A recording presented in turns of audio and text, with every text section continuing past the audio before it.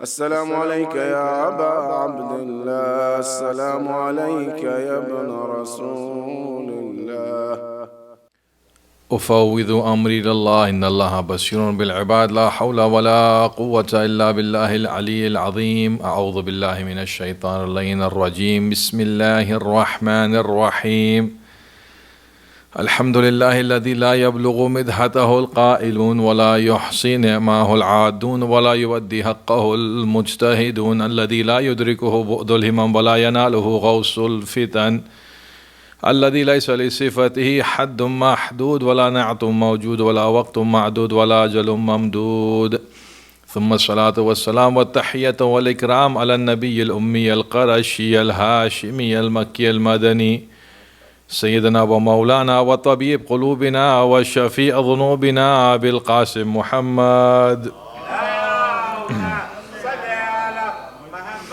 وعلى آله أهل بيته الطيبين الطاهرين المعصومين الميامين المنتجبين، لا سيما بقية الله الأعظم في الأرضين أرواحنا وأرواح العالمين من لمقدمه الفداء، واللعنة دائمة على أعدائهم أجمعين من يوم ظلمهم إلى قيام يوم الدين. صلوات على محمد وآله.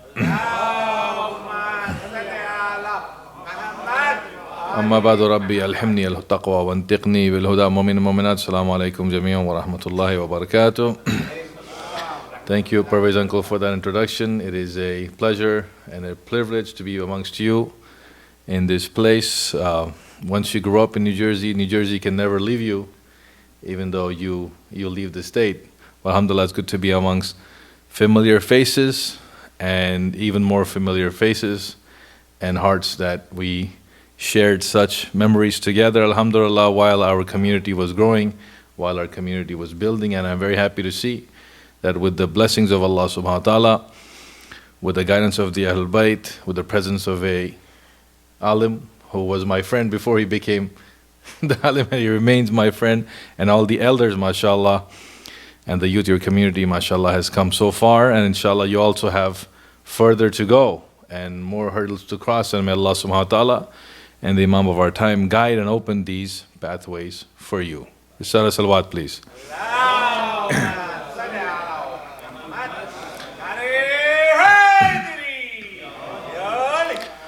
Mu'min Mu'minat, tonight, tomorrow, and the day after, inshallah, we are gathered here together in this blessed place where we remember Allah subhanahu wa ta'ala, to remember and commemorate, to mourn and to discuss the personality of a very important person in the history of Islam, a very important personality in the spirituality of Islam, in the tradition of ibadah and zuhud and worship in Islam, in the tradition of mourning and aza in Islam. Every single discipline, every single aspect, every single part of our Islamic history owes a great deal and a big honor and a big credit, a very large credit to this personality who we remember and who we commemorate today.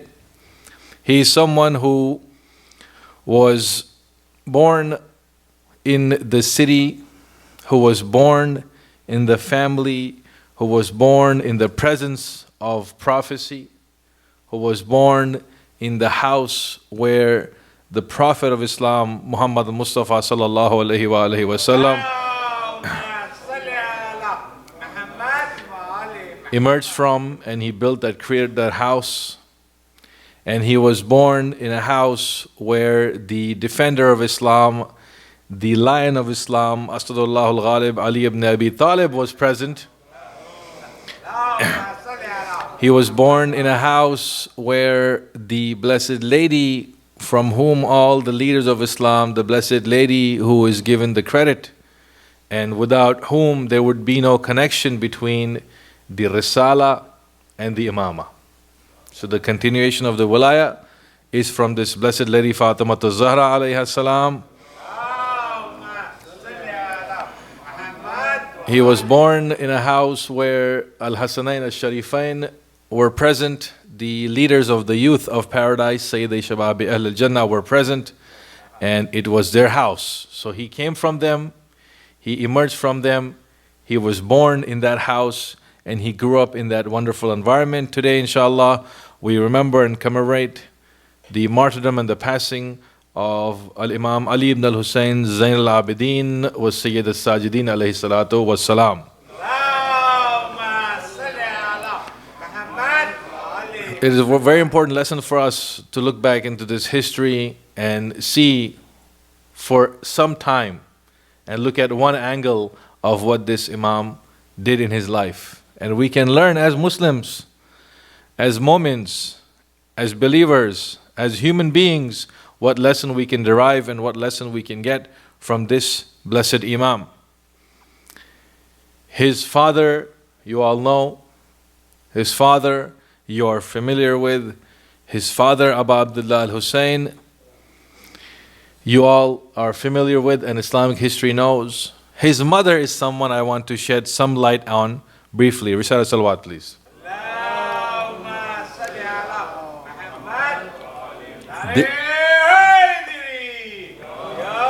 This blessed lady, Shahzanan was her name. Shahzanan in Farsi, or in the Persian language of that time, was the leader of the women. Very interesting that her name or her title was Shahzanan or Shahrbanu. We have these two, and we have a few other names that the historians mention, that the mother of Imam Sajjad. And this lady was somebody who was the daughter of the Khusro, of the ruler of Persia and Iran at that time. Very interesting story of her coming to Islam, that when that area was captured during the rule of one of the Khulafa, she was brought, one historian says, along with her sister. And they were brought to the city of Medina. When they were brought to the city of Medina, they were captured because they were non-Muslims at that time. And they were given the best treatment. And they were given the most honorable treatment within the Islamic community. So we want to pause here and look at the mother of Imam Sajjad and look at this poison that is being spread in the world today, where people are afraid of Islam, while people have fear of Islam, when some people in the name of a so-called Islamic State, they are treating non-Muslims in a horrible way, in a way that the entire world looks at it and says, this is horrible, how Muslims are treating non-Muslims, how Muslims are capturing non-Muslims, how the so-called Islamic government there in the Middle East is treating the minorities that they capture. That is not the sunnah, that is not the path, and that is not the way of the Ahlul Bayt. That is not how non-Muslims were treated at that time, and that is not how non-Muslims should be treated at this time.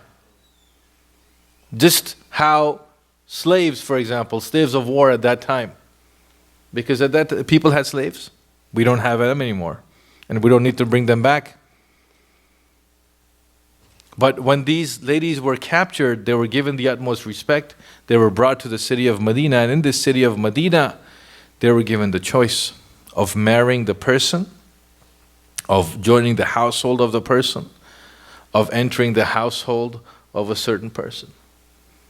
So one tradition tells us that this blessed lady was brought, and she herself chose, she was given a choice, and she herself chose to marry Abu Abdullah al-Husayn. She herself chose to marry the son of the leader of Islam.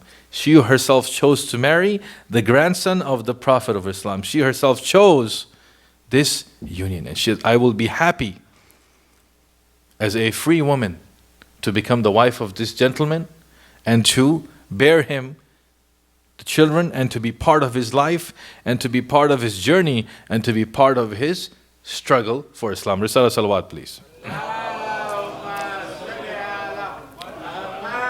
So she selected to do so. Her sister was married to Muhammad ibn Abi Bakr, and she bore him Qasim, who became a faqih. Qasim ibn Muhammad ibn Abi Bakr. Muhammad ibn Abi Bakr, as you know, was raised by Amir al-Mu'mineen. So these ladies came from the lineage of the Persian kings.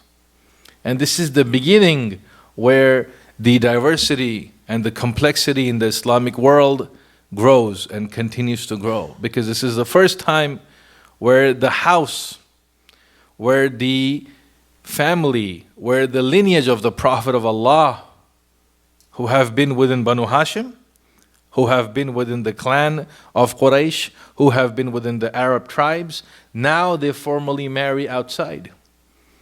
And they don't marry just outside the clan. They don't just marry outside the family, which was a big deal for some Arab tribes. They marry outside the entire Arab community and race. And people raised eyebrows. And they were upset and they were amazed that the children of the Prophet of Allah will marry outside Banu Hashim, will leave the tribal ideas of Quraysh and select from themselves someone who's not even an Arab but a Ajam, a non-Arab lady. They selected her and they married her, and she bore this child 20 or something years before the event of Karbala, and he was born. But what is the lesson that we see from her life? We see that when she is brought into Medina, when she comes into Medina, there is related a dream that she has. A wonderful dream that the mother of Imam Sajjad has, that while she is sleeping in Medina, while she is brought, then she sees in her dream that Lady Fatima Zahra alayha salam comes to her.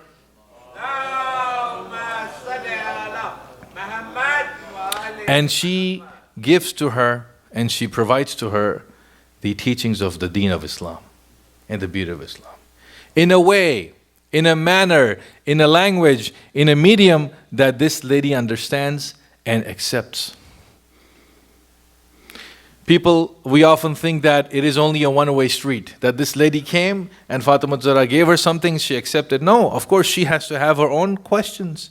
She has to have her own understanding of Islam. She has to have her own level at which she is when she realizes Islam, and that level is a great level. But Fatima Zahra comes to her at that level and tells her about the deen of Islam and tells her about her son. And this lady, in the world of malakut, in the world of her dreams, she accepts that Islam, and then she carries out the conversation she had with Fatima. And therefore, in the house of the Imamah, for the first time, the next Imam is born from a Persian lady. It is a wonderful story. It is a beautiful story. It is a story that has a great relevance for us. I will come back to it, inshallah. Risala salawat, please.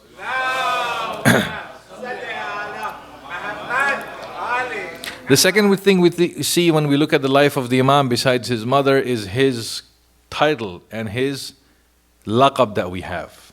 We have kunya, and as you know, kunya is given upon the birth of a child. You have Abu Abdullah, the father of Abdullah, which is given to a man on the birth of his child.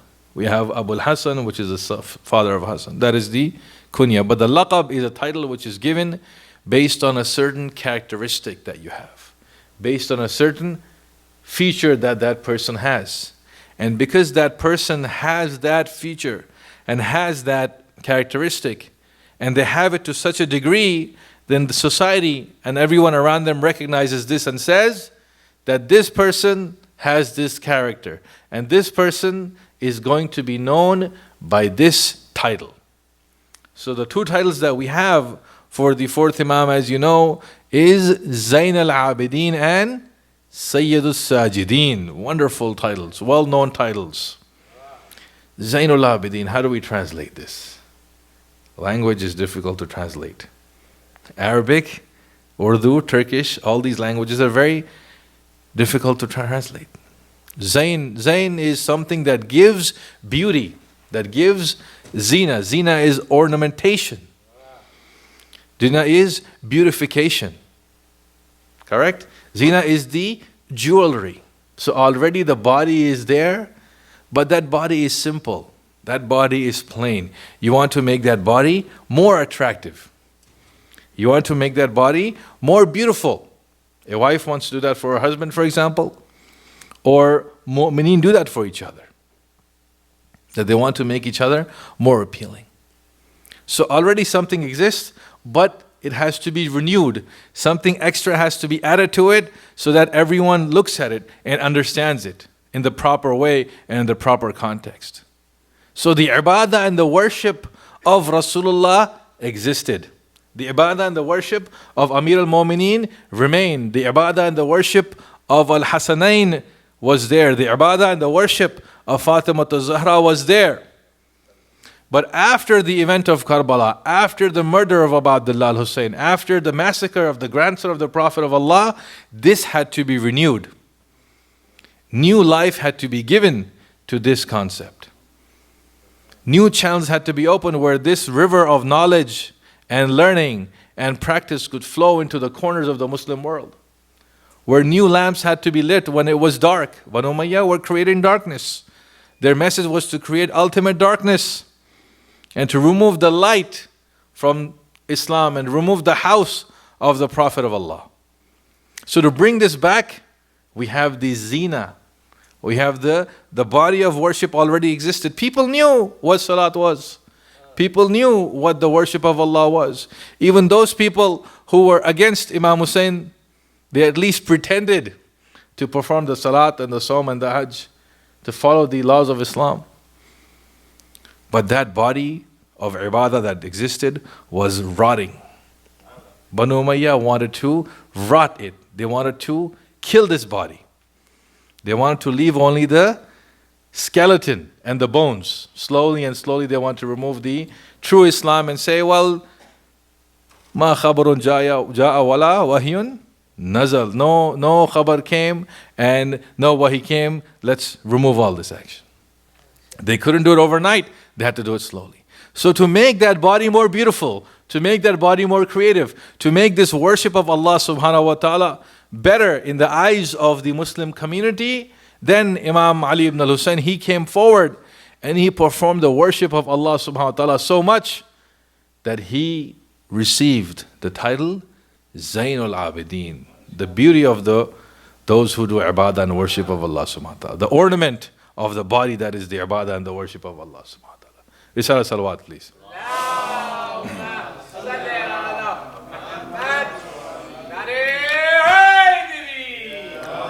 The second title that he receives was Sayyid al-Sajideen, the chief and the leader. The leader is someone who does something more. The leader is someone who is more active in one field. You all, mashallah, understand this? In whatever field you are, the leader is the one who is extremely drowned, extremely filled with the quality that he's trying to represent. And that is what he represents. So Sayyid al-Sajideen, the chief of the ones who perform sajda, the chief of the one who do sajda to Allah subhanahu wa ta'ala. It is related that every single time he received a blessing from Allah subhanahu wa ta'ala, he would go into sajda. Every single time. You and I, for us today, sadly, this concept of sajda, this idea of sajda, is become very limited. We are happy, we are comfortable doing sajda on the musalla in our house. That's it. That is the only place that we are comfortable doing sajda. We don't do sajda anywhere else. But he removed this concept. Because Banu Umayyah tried to do that at that time. They said, do sajda in the masjid and leave it.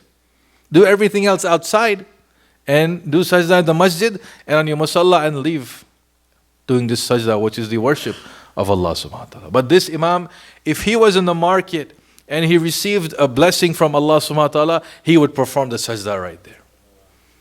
If he was sitting in someone's house and received some good news, he would do sajda thanking Allah subhanahu wa ta'ala. If he was walking in the street and a remembrance, he even remembered, فَذَكَرَ نِعْمَةُ اللَّهِ, if he remembered the blessing of Allah subhanahu wa ta'ala, he would perform his sajda right there. SubhanAllah. Someone you see, not just in the house, not just in the masjid, not just in the context you and I are familiar with, but every single place where the opportunity and the context for doing sajda, of putting his forehead onto the ground would arise, he would perform that worship, act of worship. And that is where he would get this, Sayyid al-Sajid. The people said, no one performs sajda like this. Why? Because he's trying to bring back, he's trying to revive, he's trying to continue the message of the Prophet of Islam. He's trying to remind people of that Amir al-Mu'mineen who used to perform sajda in Medina, before that in Makkah, after Medina and Kufa, wherever Amir al-Mu'mineen had the opportunity, he would perform the sajda to call people back toward the deen of Islam, to remind people of the source of their blessings, to thank Allah on the blessings he would have or on the bala with which he was struck. The question remains, my brothers and sisters, this Imam who was there, did he not suffer through the events of Karbala? As a young person, did he not see that his entire family is going from Medina to Makkah, from Makkah all the way to Kufa? Did he not see that so many hundreds of people went with Imam Hussein, but past Dhat al-Irq and other places? Zubala, when he receives the news of the murder and the massacre of Muslim ibn Aqil, what happens? The people start leaving. Just like they left Muslim ibn Aqil in Kufa, people leave Imam Hussein. They said, this man will not be successful. They say, he will not go to Kufa and win. So the people of Kufa are against him. Their tongue is with them, وَسُيُوفُهُمْ عَلَيْكَ, but their swords are against him. He will not succeed. So let's leave Hussein. They left. So Imam Sajjad saw all this. He was there in this journey. Did he not see what happened in Karbala with the massacre of his family? Was he not taken to Kufa and then to Damascus and then back to Medina? He saw the worst affliction that a nation has put its leaders' children through. He witnessed these things, but he never left or forgot to perform sajda at every single point, thanking Allah subhanahu wa ta'ala for the bala and the test that came, and asking Allah subhanahu wa ta'ala for success. And once he succeeded in the bala or in the test that he would have, then he would perform the sajda again and again, subhanAllah. What a point of akhlaq, what a point of behavior, what a point of remembering the source of all goodness that comes to him and all sorts of tests and trials that come to him. There's no one else like this blessed Imam. Risala salawat, please.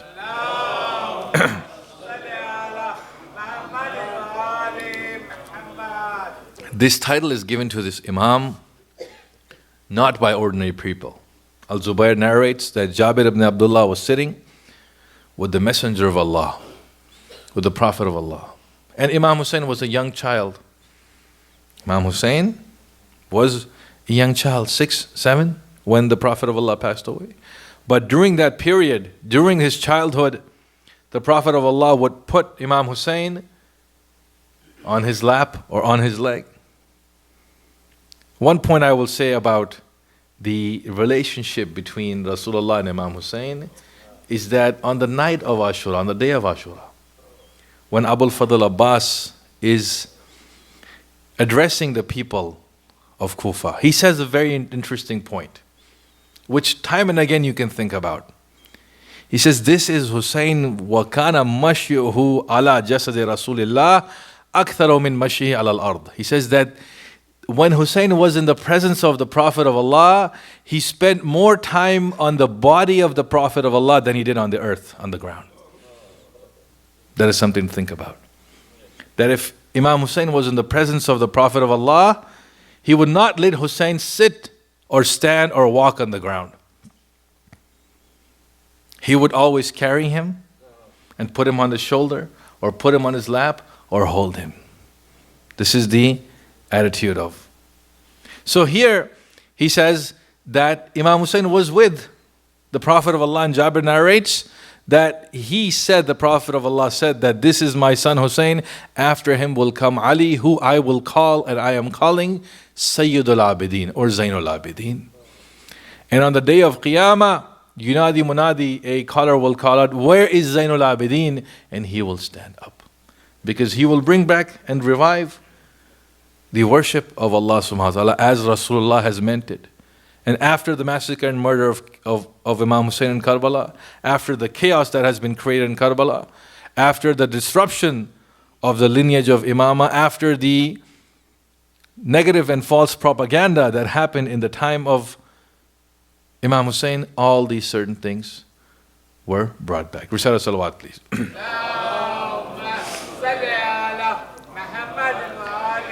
For close to 35 years after the massacre of the family of Rasulullah, Imam Zayn al-Abideen lived. He passed away in the year 95 after performing his 35th Ashura. 35 Ashuras he did without Imam Hussein in the city of Medina. After that, on the 24th, he passed away. And he was given poison and he became Shaheed. But the question remains, my brothers and sisters, what was his major activity in those 35 years? What was his legacy in those 35 years? What was his purpose in those 35 years? What did he do with the opportunity that he had? Because people had not forgotten who he was. People had not removed from their minds who he was. The Muslim community knew who this person was. Although they did not always have the freedom to talk about it, although they did not have the freedom to mention it, although they were not always pleased, the rulers were not always pleased that Ali ibn al-Hussein survived the massacre of Karbala. In these 35 years, he did many things. One of the things that he has is dua, which inshallah we will talk about tomorrow. The supplications and the prayers and so on. The second thing that he had, he called people toward the ilm and the knowledge of the Ahlul Bayt. He began the process of ilm and knowledge where he says, لَوْ يَعْلَمِ النَّاسُ مَا فِي الْعِلْمِ. If people knew what was in the knowledge, they would jump into the deep oceans to go and find the secrets of ilm and knowledge of Ahlul Bayt. These two things he did. But there's a third thing that he did and he performed, which is important for us today, here in the fall of 2016, that we can learn from and we can discuss. That at that time, the propaganda against Imam Hussein and against the Ahlul Bayt was at its peak. Was Banu Umayyah, because they thought and they imagined that they had massacred the family of the Prophet of Allah, they began preaching hate from the mimbars. They began the cursing of Amir al-Mu'mineen for those 35 years. For 35 years that he lived after Karbala, this Imam had to witness, he had to see, he had to hear, and he had to deal with, and he had to react to the cursing of the name of Ali, his grandfather, from the mimbar. To the propaganda that Hussein and his group were rebels seeking power, which sadly even people believe up till today. He had to react to the insult that was given to the ladies of the Ahlul Bayt when they were taken as prisoners from Karbala to Kufa, from Kufa to Damascus. And finally they were freed. And even in Medina they were not given the freedom that they deserved. So this fear and this propaganda against him, against the Ahlul Bayt, against the family of Rasulullah, he had to deal with. It is very similar, my brothers and sisters, to what we are dealing with today, with the fear and the propaganda against our deen and against Islam. This false fear of Islamophobia which exists today is similar to what existed at that time. This propaganda today, how many hate groups against Islam are growing day in and day out? If I could sit here and count with you and begin counting with you. A community I know just this month had to deal with one of these issues, where a group is going to the Muslim community, to the friendly neighbors of the Muslim community, and telling them about what Islam they think is, and that the support for Islam and the Muslimin should be removed. And Muslims, certain things should be done to Muslims. You know and you hear what is better in the media. But this Islamophobia is not just out in the media that we hear about and we go home very comfortably and say, well, you know, it's happening there, there, and there. Maybe we will not deal with it. Until unless you have to deal with it, until unless it happens in your backyard, then you ignore it, which sadly is not the best approach, which sadly is not the best method, which sadly is not the most wisest tool. MashaAllah, we have persons in the medical community, what do they always say? Al-wiqayatu khayru min al-ilaj, which is precaution is better than the cure. Precaution is always better than the cure. So when we see in this society the propaganda against the religion of Islam is not founded on the truth, is based on falsehood, is based on untruth, what is it that we do? The first thing and the first action that we should do, look at the life of Imam Zayn al-Abidin. When he saw all this, what did he say? He turned around and he says, sabr. He says, patience bil iman. Patience, when you have iman, having patience is like the head for the body. كالرأس للجسد. Patience. First thing you do is patience. Did he not have the right to react angrily? He did. Did he not have the right to become frustrated? He did. More than you and me. He had the right to become angry and frustrated. So when we hear that someone somewhere is spreading hate against the religion of Islam and the followers of Islam, then what is our reaction? We become angry, which is true. Or we become frustrated, which is true. We have these emotions, we should recognize these emotions. But our duty, my brothers and sisters, is to be patient. Just like the Imam was patient. For 35 years, he was patient against these people. And to be honest with you, the success in Allah, ma'as sabirin. Amir al-Mu'minin Ali ibn Abi Talib alayhi salatu wasalam says,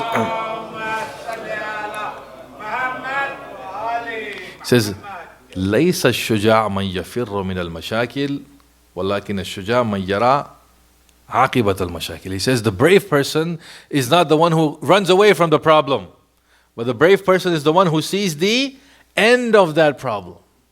That end might not be in your life. That end might not be in this month. That victory might not come right now, but that victory will eventually come. If you look at it politically, did Imam Sajjad succeed politically in his life? He did not. The propaganda against Ahlul Bayt continued. It got even worse with Banu Abbas who came. The preaching against Amir al-Mu'minin continued. Yes, it continued. The imprisonment of the Imams of Ahlul Bayt continued. Yes. The persecution of the followers of Ahlul Bayt, it continued. Yes, it continued. But today, who is successful? Today, whose remembrance is being done of the Ahlul Bayt? Today, whose message is repeated again and again that 30 million people visit Karbala every single year? It is Imam Hussein. It is Imam Hussein. He's successful because he saw, and Imam Zayn al-Abidin saw the end victory, which was for him and which came through patience. The same way today, my brothers and sisters, when we are confronted with this Islamophobia, the first thing we should do is be patient and see that Allah subhanahu wa ta'ala tells us in the Quran, كَتَبَ اللَّهُ لَأَغْلَبَنَّ أَنَا وَرُسُلِي. Allah subhanahu wa ta'ala has ordained me and my prophets, these prophets who I sent for humanity, these prophets who I sent for guidance, these prophets who I sent for bringing people from darkness into light, they are the ones who will be victorious, and they will be victorious. Similarly, the Imams who Allah subhanahu wa ta'ala, وَجَعَلْنَاهُمْ أَئِمَّةً يَهْدُونَ بِأَمْرِنَا, we made them Imams who command with our, who guide with our command, Allah subhanahu wa ta'ala says. So Imam Sajjad's life was a life of patience. Also a life of worship, also a life of guidance and dua and other things. But it was a life of patience against persecution, against false propaganda. And when we see that today, we must have that patience. See that this person who is reacting against Islam, who is being targeted by media and all the false preachers, some of them are actually learned people. You know, when an ignorant person goes and runs for a certain office, and makes a joke of himself, you say he's ignorant. He is ignorant. He is not a scholar. He does not know. He does not know the Bible. He does not know the Torah. He does not know the Quran. He's just spewing hate. May Allah forgive him, guide him. But when a preacher does that, when someone who calls himself a preacher, who says he's a scholar of Christianity, for example, or a scholar of a religion, and he stands up and speaks against Islam, then you become surprised. Then you say, you're supposed to know what is between Islam, between the Quran and the Bible. You are supposed to know that the God of Ibrahim, the God of Abraham, and the God of Isaac, and the God of Moses, and the God of Jesus, son of Mary, is the same God who sent Muhammad al-Mustafa sallallahu alayhi wa sallam. He's the same God who sent the messenger of Islam. He's the same God who sent the Quran. He's the same God who sent the Torah and the Injil, and then He sent the Quran, the Torah and the Evangel, and then the Quran. How can we let it pass that certain scholarship stands and spews hate against Islam? There must be patience. The second thing that we see, my brothers and sisters, in the life of Imam Zayn al-Abidin is when he confronts this hate, when he confronts this propaganda, he works against it. He works against it by confronting it on a daily basis. He does not ignore it. He does not let it pass. What do we see? That once the Imam is walking in the city of Medina, he goes in the city of Medina, and some people are sent to insult him. Some people are sent to attack him physically because they cannot attack him with words. You can attack someone two ways, either with words or physically, correct? With words, whatever they try, he succeeds. His du'as spread far and wide. His khutbahs spread far and wide. Wa kalamukum nur, and your speech is light. And this goes against the propaganda of Banu Umayyah. Physically, they cannot kill him because the Muslim Ummah will rise up against them. They already murdered Imam Hussein. So what do? They insult Imam Sajjad. They go and the abba that he's wearing, they send someone in Medina to go and pull it. As he's walking in Medina, from his home to the Masjid of Rasulullah, from his home to the market, from his home to help those who are in need. They send people to go and run and pull this abba, which is an insult because a piece of your clothing is gone. Every single time this happens, what is the reaction of the Imam? He looks down, he smiles, he says, may Allah forgive this person. The people that are with him, he says to them, please go and bring my abba back. And that's it. Did he not have the right to get angry? He had the right to get angry, but he does not. He does not react with anger. He reacts with patience. He reacts with prayer for this person. And again, his words that are spreading across are informing people about the haqq and the truth. Are informing people about the message of Imam Hussein. The same way we should today, my brothers and sisters, when someone is speaking, when they don't know what Islam is. They don't know the meaning of Islam. They don't know what the meaning of the word Allah is. They don't know that our prophets are there similar to the prophets of the Old and the New Testament. Then it is your duty. It is the duty of every single person here and every single person listening. Young, old, brother, sister, male, female, to go and to correct this idea. Recite salawat, please.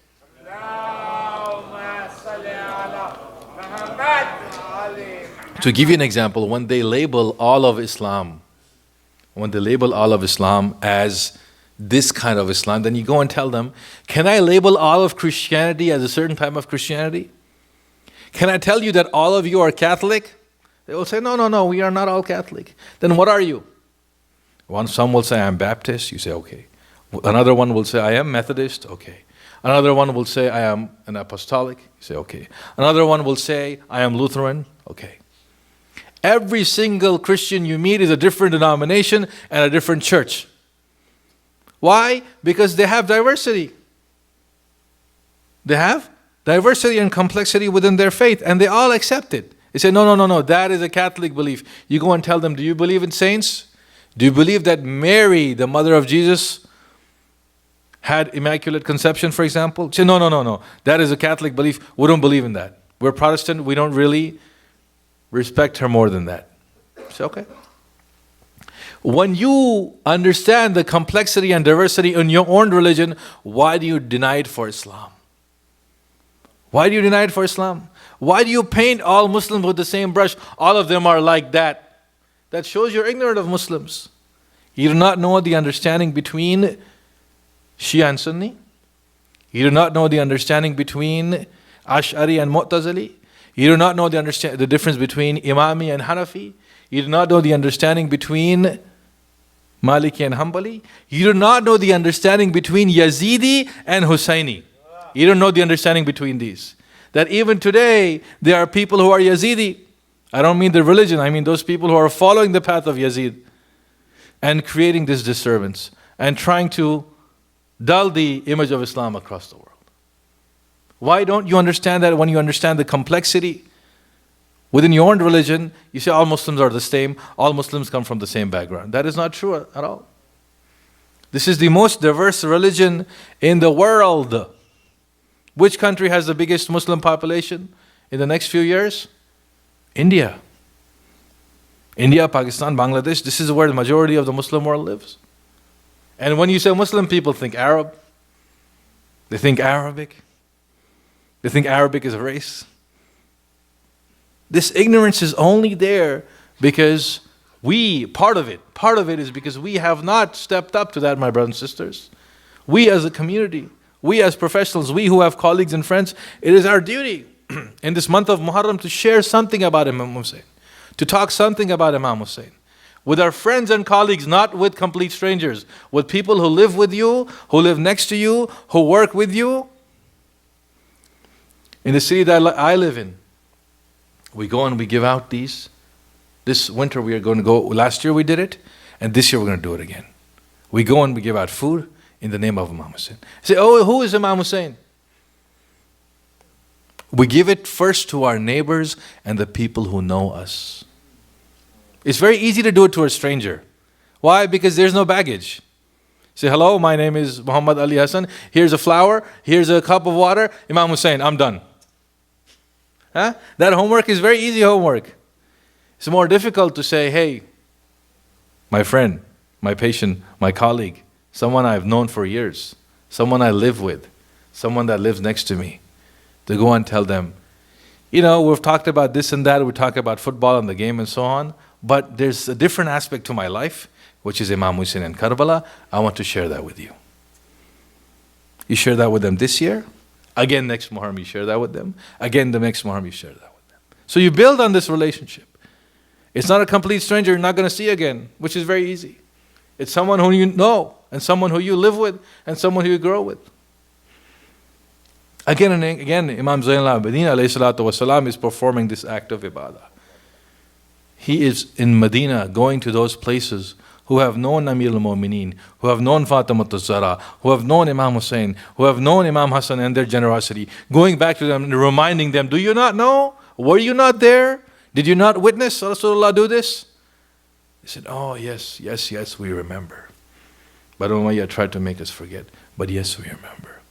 Banu Umayyah tried to erase from my memory, but you're reminding us that we saw Rasulullah doing this with Imam Hassan and Hussein. We saw Rasulullah lifting up Hussein and saying, this is the youth of paradise. We saw Rasulullah standing up every single time he was in the presence of Fatima al-Zahra alayha salam. He built that relationship with these people constantly. So following that today, my brothers and sisters, we have the duty and we have the obligation to build this relationship. We cannot ignore it. Risala salawat, please.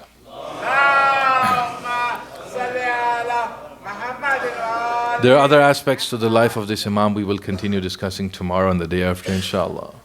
We come to the commemoration of the Shahadat and the martyrdom of this Imam, and we recite together, As-salamu alayka ya Aba Abdillah, As-salamu alayka ya ibna Rasulillah, alaykum minna jami'an, salamullah, abadan ma baqina wa baqiya al-laylu wan-nahar.